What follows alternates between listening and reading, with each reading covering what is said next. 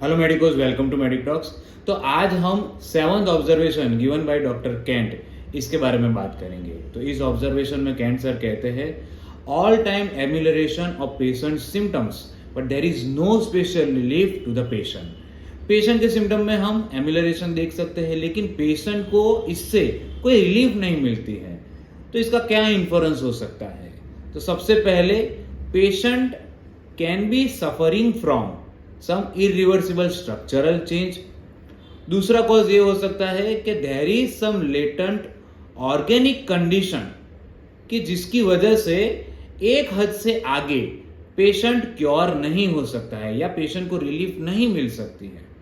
इसके अलावा मेडिसिन जो है वो सिर्फ पार्शियली ही एक्ट कर रही हो तब ऐसा हो सकता है, या तो मेडिसिन जो है वो बहुत ही सुपरफिशियली एक्ट कर रही हो, ऐसा भी हो सकता है।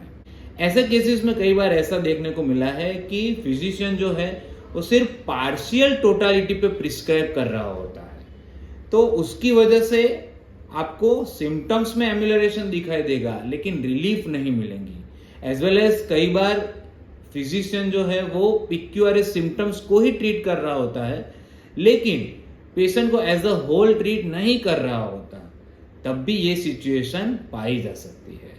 तो इसका अगर एग्जांपल ले तो अगर कोई पेशेंट में सिर्फ एक ही किडनी है, तो उसको अगर कोई मॉर्बिडिटी हुई रिगार्डिंग किडनी, तो उस पेशेंट में एक हद के आगे हम रिलीफ एक्सपेक्ट नहीं कर सकते।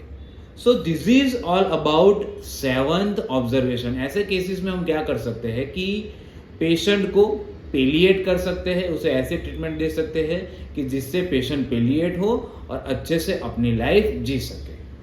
सो आज के लिए इतना ही। Please like, share and subscribe my YouTube channel medic talks. Thank you very much.